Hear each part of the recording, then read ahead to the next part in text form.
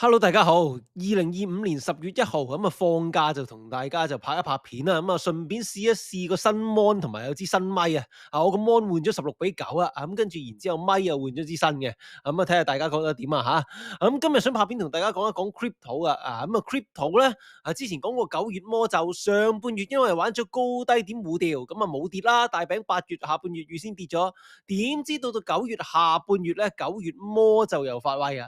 咁啊，其實咧9月咧，除咗 crypto 之外嘅資產，譬如你話係美股啲妖嘢啊，同埋係貴金屬咧，係升到撲街啊！即係我自己9月係做得相當好啦嚇，即係個回報率係直接近90度角咁樣飛天啦！上一次已經係追溯到2021年初恒指同埋契媽股 ARKK 見頂嘅時候啦。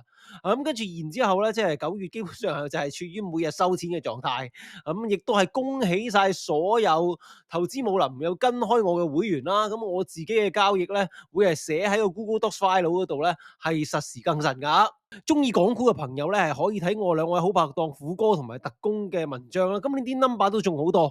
畢竟就係其實你講9月基本上係港股、美股、貴金屬都升到撲街，偏偏幣咧就係私人獨潮水啦。即係我之前無論喺 Facebook 或者 Threads 咧，都講過好多次啊。啲舊 post 就話咧，就係幣市本輪嘅牛市咧，完全就係高息犀牛嘅狀態啊！即係9月基本上咧，大餅雖然冇跌，咁但係以太幣咧，即係月頭同月尾計係跌啦。主流嘅幣種咧係得 BNB 升嘅啫。嗱，BNB 都幾有性格嘅，通常都係唔係好跟大盤咁樣。咁我亦都要補充翻先啦。啱啱喺度晒單打飛機嘅時候咧，我話9月表現好好咧，係指股票商品倉、富途牛牛嘅賬戶嚟噶。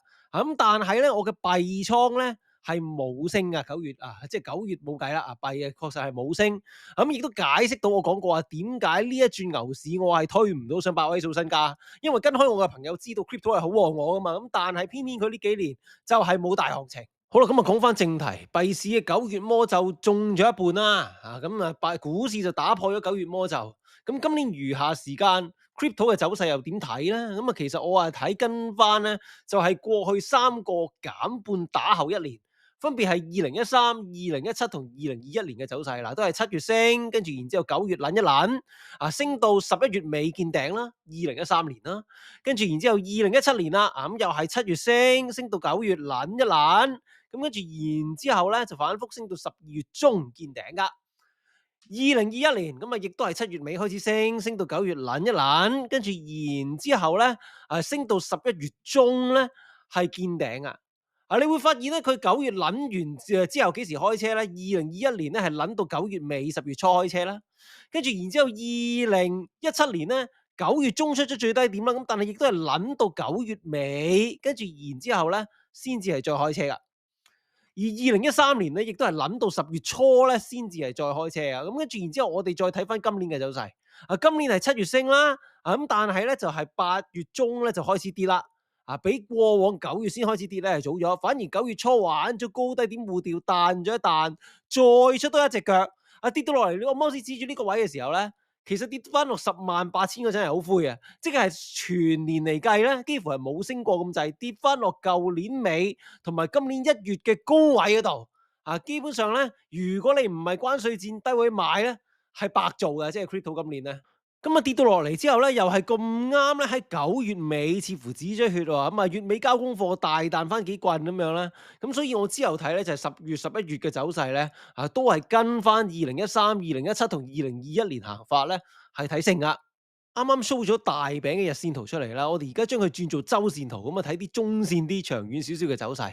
我話睇好幣市咧，今年第4季係有得升多一陣，而呢一陣咧，我相信會係本輪高息犀牛嘅最後一陣噶啦。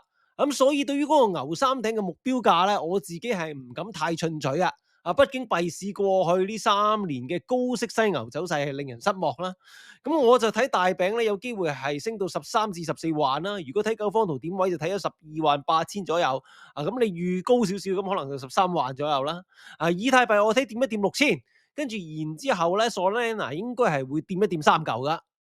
由周線圖嚟睇咧，以太幣咧，即係佢9月係回撤咗啦，其實都諗得深啊，就係即係稍為穿一穿2021年牛頂，咁但係冇企穩嘅，冇真實升穿，咁又後抽翻落去2024年嘅三頂附近，呢個係周線圖嘅情況啦。咁我睇咧，以太幣之後都會升穿2021年嘅牛頂嘅。咁但係即係我相信佢最 fat 嗰陣就應該喺6、7月嘅時候咧就出現咗噶啦。